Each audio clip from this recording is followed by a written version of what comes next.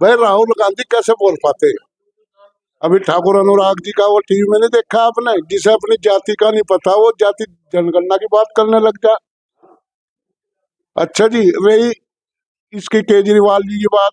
भाई केजरीवाल का 2 ओवर का दाव चल गया, झूठ हमेशा कभी चलता तो है नहीं। आखिर झूठ ने डूबना था, झूठ की नैया डूबगी, आपदा दिल्ली में से हटगी। अच्छा, ये वहां स्वर्ग आएगा, भाजपा की सरकार बनेगी और भारतीय जनता पार्टी, आप देख रहे यूपी में कितना राम राज आया हुआ।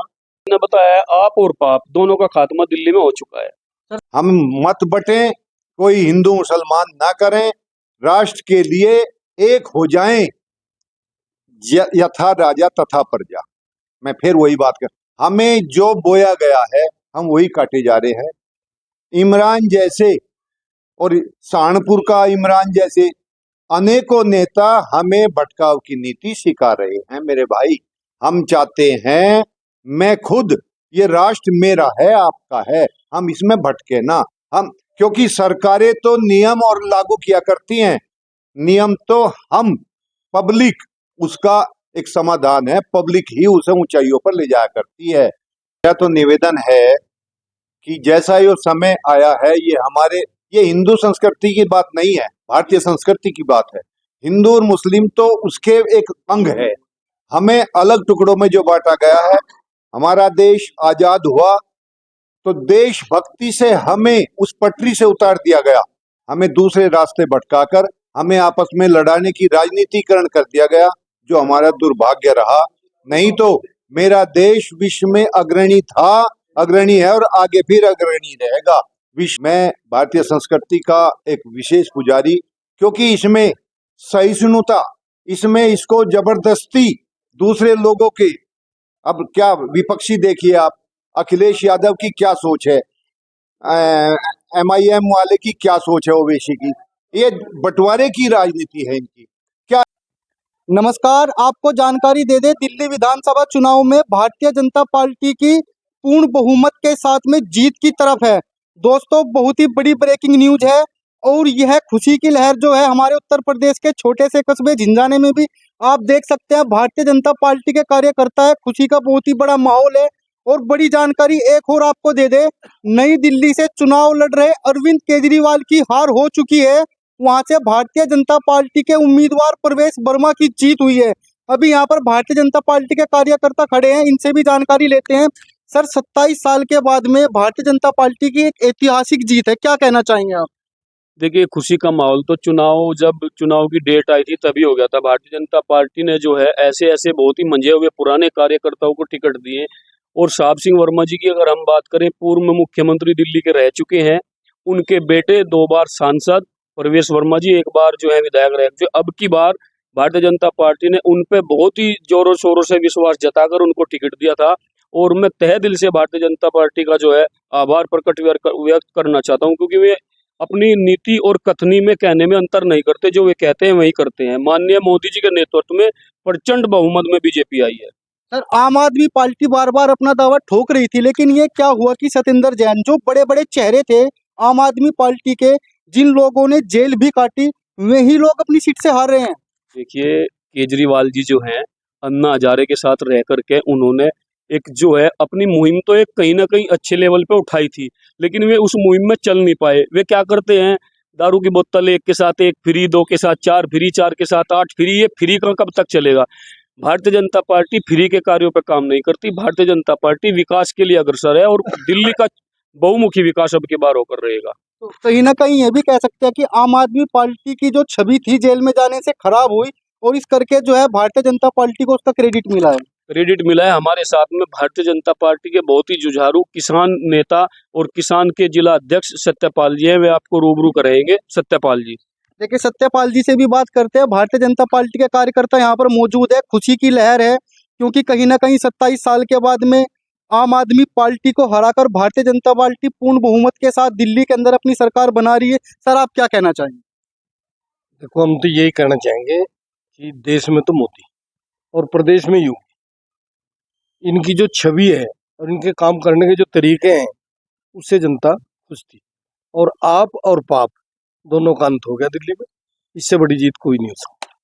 सर देखिए, जैसे कि बड़े बड़े दावे भी ठोके जाते हैं, आम आदमी पार्टी जो है अपने कार्यों के दावे भी ठोकती है कि हमने दिल्ली के अंदर अच्छे स्कूल दिए, अच्छे सड़कें दी, फ्री लाइट दी, और कहीं ना कहीं जो अब की बार जो झटका लगा, केजरीवाल समेत बड़े बड़े चेहरे जेलों के अंदर गए, तो क्या आप भी मानते हैं कि जो छवि धूमिल उनकी खराब हुई है उसमें भारतीय जनता पार्टी को क्रेडिट मिला है? नहीं, क्रेडिट भाजपा भाजपा को क्रेडिट मिलना ना मिलना अलग बात है, लेकिन अगर वह काम करते और जनता को भरोसा दिलवा दे पाते तो जीत होती उनकी।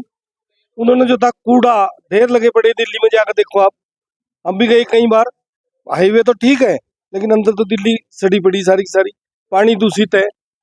देखिए, ये खुशी का माहौल है, और उत्तर प्रदेश का हमारा एक छोटा सा कस्बा पड़ता है जिला शामली का झिंझाना, और यहाँ पर भारतीय जनता पार्टी के कार्यकर्ता है जो ये खुशी का जश्न मना रहे हैं।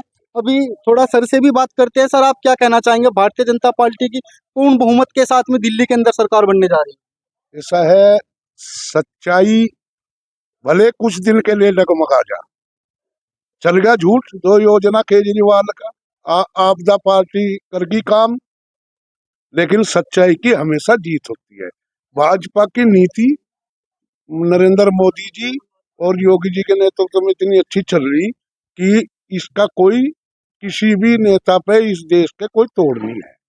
मैं ईमानदारी से साफ छवि बिल्कुल समझ हिसाब से वो राजनीति करते हैं। देखिए, ऐतिहासिक जीत है, और ये भी माना जाता है कि नई दिल्ली की सीट जो भी जीतता है उसी की जो है दिल्ली के अंदर सरकार बनती है, क्योंकि 93 से लेके लगभग 2025 तक अगर देखा जाए, जिसने भी नई दिल्ली की सीट को जीता है उसी की ही सरकार जो है दिल्ली के अंदर बनी है। अब की बार जो है भारतीय जनता पार्टी का कैंडिडेट प्रवेश वर्मा जी वहां से जीती है, तो जाहिर सी बात है कि अब की बार भारतीय जनता पार्टी की जो है सरकार बन रही है। सर, आप इस खुशी में क्या कहना चाहेंगे? मेरा नाम इंद्रपाल सिंह बलवंती कॉलेज से हूँ। मुझे तो इतनी खुशी है, इस देश में भारतीय संस्कृति का उदय होता जा रहा है। दिन पर दिन हमारे बीच में जो ये बंटवारा करके विदेश विरोधियों ने ऐसे हमें अलग अलग टुकड़ों में बांट दिया, आज हिंदू मुस्लिम सब एक होकर भारतीय जनता पार्टी के साथ में लगे हुए हैं और भारतीय संस्कृति के उदय के लिए सब लगे हुए हैं। मैं यही चाहता हूँ, देश का सौभाग्य है इस समय, मोदी और योगी देश के सौभाग्य हैं। हम मोदी की लंबी आयु की कामना करते हैं ताकि ये देश अपने मिशन को पूर्ण कर सके। बहुत धन्यवाद।